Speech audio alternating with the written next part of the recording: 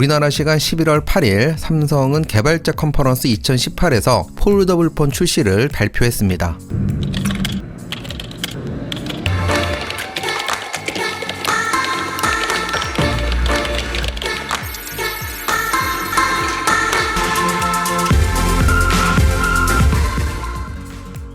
몇 년 전부터 매년 출시를 예상했지만 번번이 미루어왔는데요. 드디어 발표되었습니다. 오늘은 발표될 폴더블 폰을 주제로 어느 정도의 스펙이며 향후 발전 방향, 출시일 가격, 구매 가치와 관련해 개인적 견해를 곁들여 얘기하고자 합니다. 또한 2019년 상반기 삼성의 다른 스마트폰 출시 일정도 간략히 말씀드리겠습니다.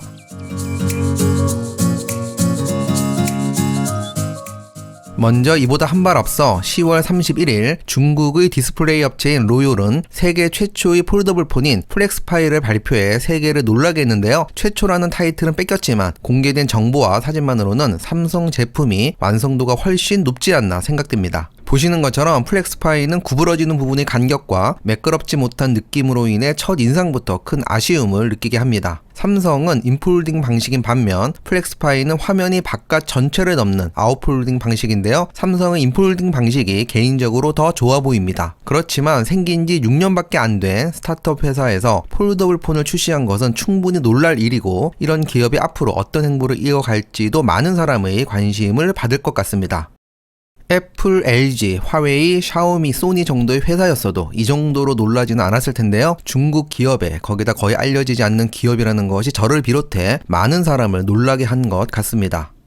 2018년 올해 스마트폰의 다양한 이슈가 있었지만 개인적으로는 카메라 성능과 함께 인공지능이 가장 큰 경쟁 포인트가 아니었나 생각합니다. 삼성의 빅스비, LG 싱큐, 구글 어시스턴트와 같은 인공지능과 관련한 광고를 무수히 접할 수 있었는데요. 그렇지만 생각보다 많은 사람의 호응은 얻지 못한 것 같습니다. 삼성의 경우 빅스비 전용 버튼이 불편하다는 사용자가 많아 저희 채널에서는 삼성의 빅스비 버튼에 다른 기능을 설정하는 관련 영상도 올린 바 있었고 많은 호응이 있었습니다. 이런 인공지능에 비해 폴더블 폰은 차원이 다른 혁신이고 개인적으로는 향후 상당한 기간은 폴더블 폰이 혁신의 중심에 서지 않을까 생각합니다. 어떻게 접히고 몇 번 접히는지 그리고 접고도 얼마나 얇을 수 있느냐가 가장 큰 경쟁 요인이 될 것으로 생각합니다.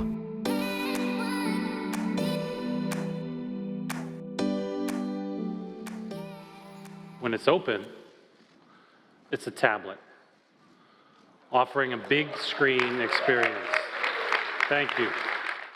이번에 출시한 삼성 폴더블 폰의 대략적인 사양을 보겠습니다. 커버 디스플레이는 4.58인치에 해상도가 849×1960이고 화면 비율은 21:9이며 메인 디스플레이는 7.3인치에 해상도 1536×2152 그리고 4.2:3의 화면 비율을 갖고 있습니다. 모두 동일한 OLED 디스플레이가 사용되었고요. 여기에서 한 가지 짚고 넘어갈 게 있는데요. 가장 최근에 출시된 노트9의 화면 크기가 대략 6.4인치입니다. 폴더블 폰의 메인 디스플레이가 7.3인치라고 방금 얘기하였는데요. 그렇다면 기껏 0.9인치 키우겠다고 접고 난리를 치나 라고 생각할 수도 있는데요. 여기에서 간과하지 말아야 할 것이 있는데 바로 화면 비율입니다. 노트9의 화면 비율은 18.5:9, 출시 예정인 폴더블 폰의 화면 비율은 4.2:3입니다. 예전 브라운관 TV 비율 4:3과 비슷한데요. 화면 크기는 화면의 대각선 길이이므로 화면 비율에 절대적인 영향을 받습니다. 화면 비율이 1:1일 때 가장 면적이 크고 세로 비율이 길어질수록 면적은 줄어듭니다. 근래 화면 인치가 많이 커졌지만 커진 만큼 체감을 못하는 이유가 화면 크기 증가가 실제 면적이 넓어진 것보다 세로 비율이 늘어난 이유가 크기 때문입니다. 노트 시리즈만 하더라도 초기에는 16:10, 그러다 16:9, 최근 노트 8부터는 18.5:9입니다. 어쨌든 화면 비율을 고려할 때 꽤 많은 정보가 한 화면에 표시될 수 있을 것으로 보입니다. In addition, we're giving people the ability to run up to 3 apps simultaneously. No swapping between apps, no closing one app to get to another, just multitasking as it was meant to be. We call it multi-active window. Thank you. 이번 폴더블 폰은 3개의 앱을 동시에 실행할 수 있는 점을 큰 장점으로 내세우는데요. 보시는 바와 같이 지금까지 화면 비율이 아닌 정사각형에 가까운 넓은 화면이기에 가능한 것으로 보입니다. 지금 우리가 사용하는 폰에도 2개의 윈도우를 사용해 멀티태스킹이 가능하지만 화면이 너무 작아 거의 사용을 안 하게 되는데요. 폴더블 폰은 인터넷 하면서 카톡과 다른 창을 실시간으로 보면서 그때그때 쉽게 대응할 수가 있어 실질적인 멀티태스킹이 가능할 것으로 보입니다. 그것도 3개의 창으로요. 또한 원 UI가 적용된다고 합니다. 지금까지와는 다른 조금은 혁신적인 사용자 환경이 되지 않을까 생각하는데요. 자세한 것은 나와봐야 알겠지만 폴더블 폰의 경우 화면이 접힌 상태에서 작은 화면으로 보다가 폴더를 펴면 보던 내용을 큰 화면으로 이어서 볼 수 있다고 합니다. You can see how One UI turns the foldable display into something of real value that's going to reinvent the mobile experience. 2019년 출시되는 모든 폰은 지금의 안드로이드 8.0 다음 버전인 9.0이 내장될 예정이고 폴더블 폰도 예외는 아닌데요. 안드로이드 9.0의 신기능, 원 UI의 새로움, 그리고 폴더블 하드웨어의 혁신 모두 큰 기대를 갖게 하는 요소인 것 같습니다. 원 UI는 2018년 출시된 S9, 노트9에는 업그레이드를 통해 지원되고 2017년 출시 모델에는 계획이 없다고 하니까요. 참고 바랍니다.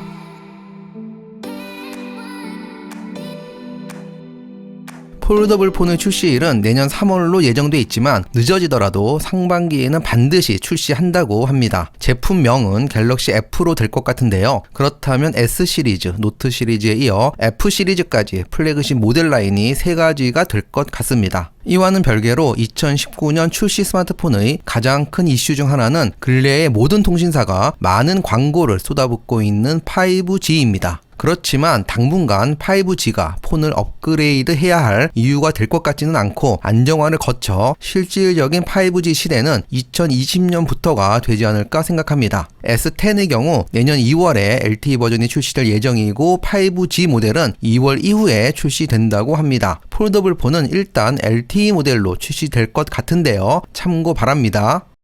마지막으로 갤럭시 F 모델을 구입할 가치가 있느냐인데요. 당연히 구입하면 좋겠지만 문제는 가격입니다. 참고로 앞에 설명한 최초의 폴더블 폰인 플렉스파이가 150만원 정도라고 하는데요. 갤럭시 F는 최하 150만원 이상 200만원이 넘을 수도 있습니다. 150만원 정도면 모르겠지만 200만원에 근접한다면 구매할 사람이 얼마나 될지 의문입니다.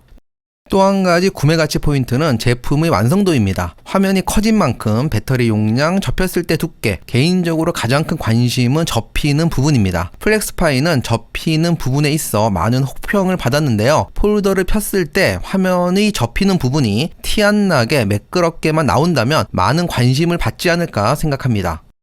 근래 2-in-1이라는 제품명은 노트북과 터치 기반의 태블릿 PC 2가지 형태를 한 개의 제품으로 만든 기기에 사용되지만 폴더블 폰 역시 스마트폰과 태블릿 PC를 동시에 사용할 수 있는 2-in-1 제품이라는 생각입니다. 스마트폰에 태블릿 PC 50만원 추가했다고 생각하면 어느 정도의 가격 상승은 이해될 수도 있겠지만 실제 소비자의 반응은 지켜봐야 할 것 같습니다. 초기에는 가격이나 완성도 면에서 많은 판매가 일어나지는 않겠지만 폴더블 폰은 향후 상당한 기간 스마트폰 발전을 이끌 혁신 동력이 될 것으로 생각합니다.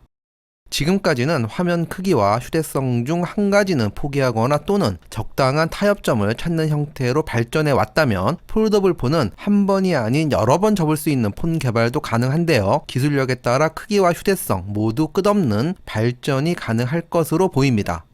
개인적으로 삼성의 폴더블 폰이 인폴딩 방식인 건 역시 마음에 듭니다. 스마트폰을 사용하다 펴면 대화면으로 볼 수 있어 지금까지 사용해왔던 사용자 경험을 해치지 않으면서 대화면 이용도 가능한 폰이라는 생각입니다. 출시되면 여러분께 바로 소개할 예정이고 갤럭시 S10 출시 예상 영상도 조만간 올릴 예정인데요. 많은 관심 바랍니다.